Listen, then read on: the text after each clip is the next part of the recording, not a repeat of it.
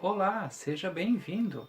Agora eu estou preparando um novo material para você aprender mais sobre a língua de sinais. Anteriormente eu pus um post explicando sobre o uso do espaço de sinalização, onde eu expliquei a importância da gente colocar os elementos que a gente sinaliza, como personagens, objetos e lugares, em posições determinadas no espaço, preferencialmente no lado direito e no lado esquerdo, deixando a frente do corpo prioritariamente para o espaço da narração do narrador e às vezes precisando ter um terceiro elemento a gente coloca na frente do corpo. Hoje eu vou explicar mais sobre como pôr esses elementos ao longo do espaço de sinalização. Como que faremos essa aula? Primeiro eu vou mostrar um pequeno vídeo em língua de sinais. É um vídeo longo, só que eu fiz cortes sobre os principais pontos que vamos utilizar como exemplos. Um conto com o tema crescimento infantil. Ele foi usado no ProLibras do ano 2008 e foi narrado pelo surdo Rimar Ramalho. Então eu fiz o cortes, diminuí a velocidade da sinalização à metade da velocidade normal e pus uma narração minha em cima da história em língua de sinais para você ter um entendimento completo. Depois desse vídeo, farei uma explicação através de apresentações de slides, explicando como que o surdo, o Rimar Ramalho, usou bem o espaço de sinalização, colocando os personagens do lado direito e no lado esquerdo, e assim conseguiu fazer um texto em língua de sinais muito claro. Isso deve complementar a postagem que eu fiz e te ajudar a se tornar mais fluente em língua de sinais. Vamos ver o vídeo em língua de sinais e depois as explicações. Bom estudo e aproveite bem o material.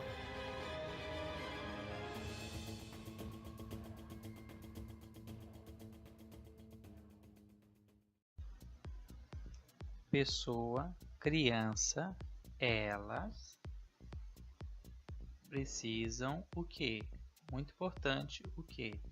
Um horário certo e organizado para dormir bem, saúde e se desenvolver.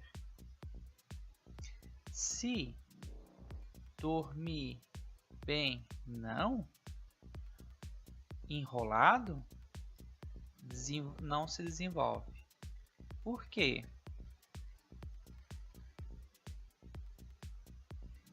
Desenvolver, por exemplo, quando nasce tem o bebê, pequenininho, fofinho, ele precisa o quê?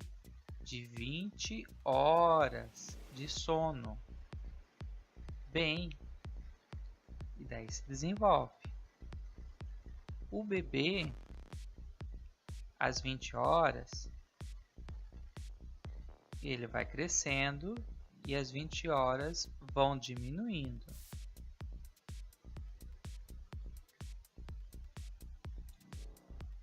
Quando ele tiver com a idade de 3 anos, em torno de 3 anos, ele precisa dormir certo entre 10 a 11 horas nesse tempo, certo? Por quê? A mãe e o pai, eles, principal o quê? Eles precisam regras para os filhos, ser firmes com os filhos. E as crianças, elas o quê? Todo dia organizado,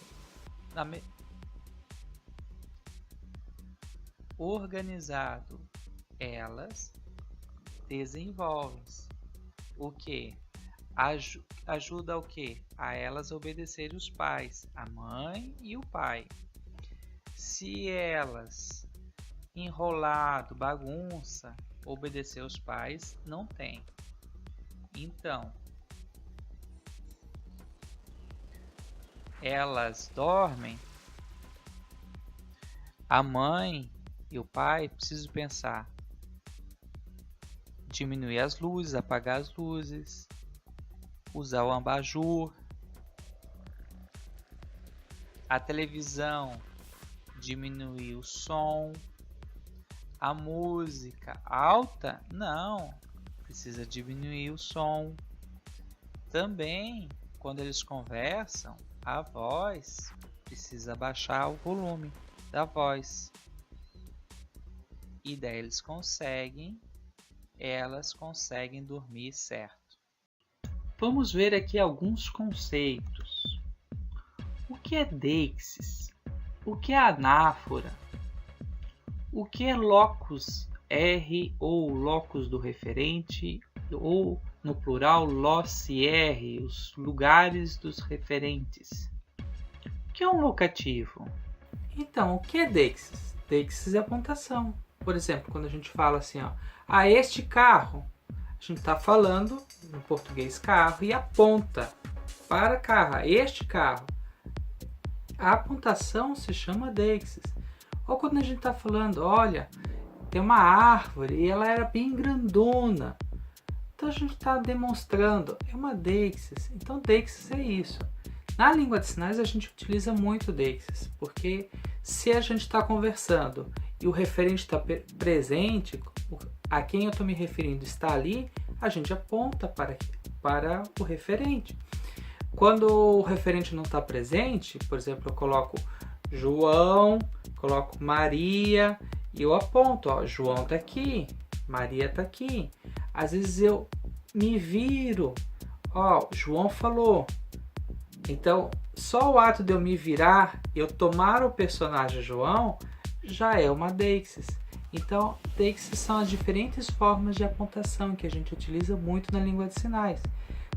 Para que a gente utiliza deixis na língua de sinais? Para fazer anáfora. O que é anáfora? É a retomada do referente.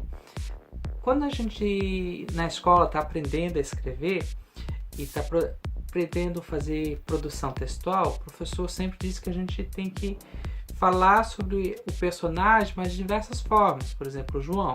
Tá lá João, aquele senhor, ele. Então a gente não fica falando João, João, João, João. A gente encontra diferentes formas de se referir à mesma pessoa. Então é a mesma coisa na língua de sinais. Para a construção do texto na língua de sinais, para eu não ter que ficar falando sempre João, ao João, ao João, eu aponto para ele. Pode ser com olhar, pode ser tomando a posição do tronco para dizer que eu estou me referindo a ele. Então são as diferentes formas que a gente utiliza a língua de sinais para se referir ao mesmo personagem, e geralmente são feitos através de deixis. Outros dois conceitos muito importantes é o de locus R, que é o lugar do referente, o lugar que a gente estabelece onde vai estar o referente. Por exemplo, a gente viu na história, existe as crianças, que existe o pai e a mãe. Então, quando a gente estabelece o referente, a gente coloca aqui ou coloca ali, a gente está dizendo que o referente está aqui, é o lugar dele, é o locus R, locus do referente, o lugar do referente, a quem estou me referindo. E quando se fala loci R, loci é o plural de locus em latim. Mas por que você está aprendendo esses conceitos? Quando você for ler algum artigo, alguma publicação se referindo ao uso do espaço da sinalização, como colocar os personagens, eles vão utilizar esses termos, deixis, anáfora, locus R ou loci R. E tem um outro conceito muito importante que é de locativo. Locativo é quando a gente está se referindo a lugares. O locus e o locativo parecem a mesma coisa, só que são bem diferentes. O locus é quando tem um personagem. João, Maria, uma árvore, uma cadeira, são personagens. Mas quando eu estou me referindo a lugares, aquela casa, aquela rua, aquele estado, são lugares, a gente chama de locativo, e eles têm regras diferentes. Hoje eu não vou explicar do locativo, vai ficar para uma próxima postagem. Mas hoje você vai aprender como fazer com os locus, com os personagens. Como que a gente coloca os personagens no espaço e como que vários verbos se utilizam desses lugares para poderem ser bem feitos. Preste bem atenção na aula que você vai gostar. Vamos ver aqui, ó. Num primeiro momento, ele estabelece as crianças. As crianças, ele colocou no seu lado direito, tá no meu lado esquerdo. Ele colocou no lado direito dele. Ali ele estabeleceu crianças fazendo o sinal de crianças. Ele já estabelece elas no seu lado direito. E a gente pode ver ali, nesse ponto vermelho ali, é o local, o LOCR, o local onde está as crianças. Então, com esse ponto, ele estabelece as crianças com uma deixa. Ele também faz uma apontação visual, ele aponta com os olhos, e isso identifica que é definido essas crianças, aquelas crianças. E depois, quando ele retoma, vai falar das crianças novamente, ele apenas aponta para elas. Ela pode apontar com o dedo dizendo aquelas crianças lá, essas crianças. Num outro pedaço da história, ele estabelece o sinal de bebê na frente dele, porque de um lado estavam as crianças, no outro lado ele colocou os pais, e daí sobrou a parte da frente, que era o bebê. E o sinal de bebê é feito na frente do corpo mesmo, facilita o estabelecimento desse lugar com o bebê. Então ali está o bebê. E depois, quando ele fala do bebê, ele aponta, ó, e o bebê, esse bebê, ele aponta para onde estava o bebê. Então ele utiliza uma apontação manual para restabelecer o locus do bebê e assim retomar esse referente. A gente chama isso de anáfora. Aí depois ele vai fazer os sinais de pais. Diferente do sinal de criança, que é feito no espaço de sinalização à frente nosso, os sinais de pai e mãe que ele utilizou, quer dizer que é de mãe e de pai, eles são presos no corpo. Então ele vai fazer o sinal de mãe, depois ele faz o sinal de pai e ele aponta para um espaço para dizer, ó, os pais estão ali. Então ele utiliza a apontação, a deixis, para dizer aonde que vão estar os pais. Que as crianças ficaram um lado e os pais ficaram no outro. Fazer o sinal de mãe, depois ele faz o sinal de pai e ele aponta para um espaço para dizer, ó, os pais estão ali. Então ele utiliza a apontação, a deixis, para dizer aonde que vão estar os pais. Que as crianças ficaram um lado e os pais ficaram no outro. E ele estabelece o referente ali. Então, estabelecer os referentes é muito importante para a sequência do discurso. Então, eu tendo os personagens da minha história, as crianças num lado e os pais no outro, o bebê na frente, agora eu posso começar a contar a história, dizer o que está acontecendo com o pai, com a criança, com o bebê, fazer considerações sobre esses personagens, porque eles estão estabelecidos. Eu não preciso ficar dizendo de novo o pai, a mãe, o bebê. A gente estabelece eles e depois apenas com a deixis, quer dizer, a apontação do sinal ou do olhar ou a tomada, a virada do corpo para se posicionar no local do personagem, a gente consegue dar uma maior fluidez na sinalização. Então, com menos sinais, a gente consegue agregar muito mais significado. Então, é muito importante para a construção dos significados e também vários verbos precisam desses locais definidos para você dizer, para o verbo poder conseguir funcionar direito, né? Um exemplo clássico de verbo que precisa dos referentes estabelecidos é o sinal de avisar. Por exemplo, a gente tem um genérico de avisar assim, mas quando eu faço assim, eu estou avisando para todas as pessoas. Mas quando a gente põe as crianças aqui e põe o pai e a mãe aqui, ó, depois a gente só faz assim, ó, o avisar. O avisar começa de quem está avisando para quem recebe a mensagem. Então, o verbo avisar sempre precisa ter o referente. Quem está falando para quem está recebendo a mensagem.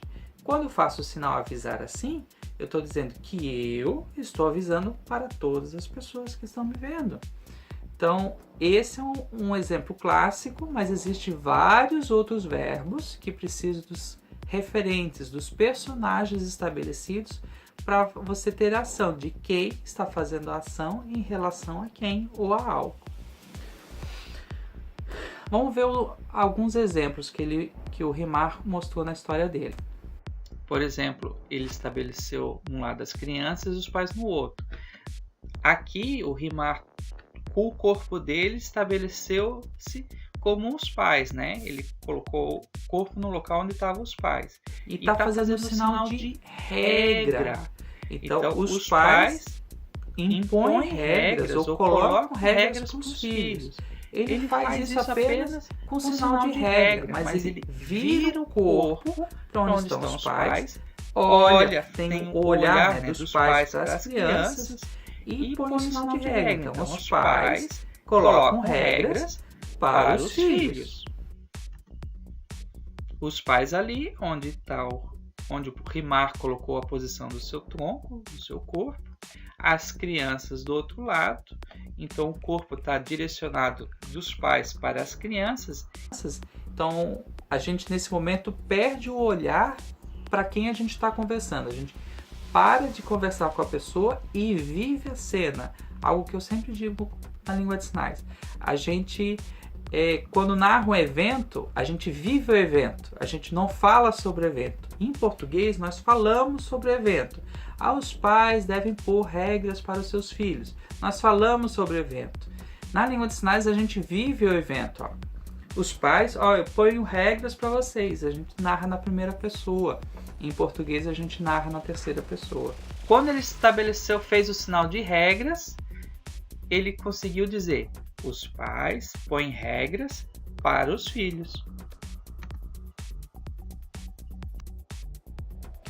E depois ele vai dizer que tem que ser firme. Ele ficou o sinal de regras aqui, né? A base do sinal de regras, então regras. Então essas regras, a gente tem que ser firme com elas. Então apenas com mais um sinal, junto com o outro, ele está dizendo que os pais têm que pôr regras e ser firmes nessas regras com seus filhos. Então, quanto significado a gente consegue construir com poucos sinais? Por quê? A gente antes estabeleceu os referentes. Se a gente não estabelecer os referentes em pontos separados, por tudo na frente do corpo, a gente vai dizer, o pai e a mãe tem que ser regra, tem que ser firme com os filhos. A gente tem que ficar fazendo montoeira de sinais quando a gente pode simplificar e deixar uma língua de sinais mais clara e mais simples de ser entendida. Então fica muito claro quando fica muito visual isso. A língua de sinais ela é muito visual, até sua estrutura sintática ela é muito visual, ela é muito descritiva. Então fica fácil da gente entender quando a gente estabelece corretamente os personagens no seu espaço. Se a gente misturar todos os personagens na frente do corpo, fica muito complicado a gente. Então agora o narrador ele fala, né? O Rimar fala que quando os pais põem regras bem claras para os filhos, eles obedecem. Então agora o narrador toma a posição dos filhos e vai fazer o sinal de obedecer. Em vez de fazer o sinal simples obedecer para frente, ele está fazendo dos filhos em direção aos pais. Então ali está a posição dos pais, a posição dos filhos e o sinal de filhos obedecendo aos pais. Aqui o final do sinal com os locais pré-estabelecidos anteriormente. Então os filhos obedecem os pais. Aqui os filhos, aqui os pais e aqui o início e o final do sinal obedecer.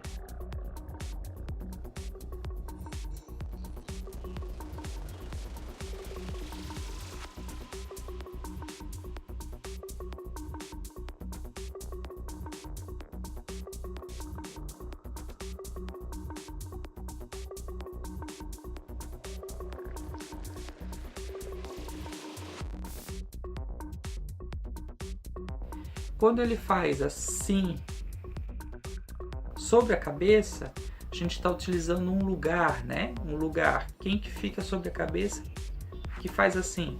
Uma lâmpada. Então nessa figura a cena utiliza o corpo está dentro da cena, né? existe uma casa, dentro de uma casa tem um teto e no teto fica o local das lâmpadas. E um outro lugar com um sinal parecido, só que agora mais baixo, vai ser o lugar de um abajur. Então o corpo está dentro da cena, então a cena não está mais aqui na minha frente, né? Eu estou dentro de uma cena, eu estou dentro de uma casa, dentro de um cômodo, e nesse cômodo existe um abajur, e o abajur fica numa posição abaixo do nosso corpo. E assim eu crio o sinal de lâmpada de teto e lâmpada de abajur, apenas posicionando os sinais num lugar adequado. Lâmpada, abajur, dentro de um contexto narrativo. Então, concluindo, é muito importante o correto estabelecimento dos referentes, quer dizer, os personagens, as pessoas, nos seus devidos lugares, ao redor do nosso corpo, nesse espaço de sinalização, né? Se a gente não fizer isso e colocar todos os referentes, isto é, todos os personagens na frente do nosso corpo, vai ficar muito difícil o nosso discurso e muitas vezes fica incompreensível. Muitos verbos, eles dependem da organização correta dos elementos no espaço de sinalização para eles poderem ser bem utilizados. O exemplo que eu dei com o avisar, o regras, né? Isso aqui é apenas regras, mas pôr regras para os filhos, ser firme com os filhos. Quando eu estabelecer os seus referentes, conseguiu-se fazer uma boa sinalização de forma clara. Se a gente colocasse todos os personagens na frente do corpo, o que a gente estaria falando? Quem estaria falando o que, aonde? Fica muito dúvidas. E isso é o que muitos surdos dizem que o ouvinte fala português, né? Às vezes não consegue explicar pra gente. Mas é isso, que a gente coloca todos os personagens na frente do corpo. E esse é um detalhe da língua de sinais que nós ouvintes, demoramos muito para aprender. Mas demoramos porque não nos explicam como funciona. Então, tenha isso claro. Treine, medite, reflita e assim veja como você está sinalizando. Se esforce no início de forma consciente a colocar os personagens em pontos diferentes do espaço, que daqui a pouquinho essa posição dos elementos no espaço vai ser muito claro para você. Espero que você tenha gostado dessa aula. Eu vou deixar o link, se você quiser ver a história do Rimar do desenvolvimento infantil, para você assistir. E dê o seu gostei aqui na nossa aula. Clique para se inscrever aqui nesse canal. E eu espero que você aprenda mais e mais. Seja o primeiro a receber os novos vídeos. Até breve!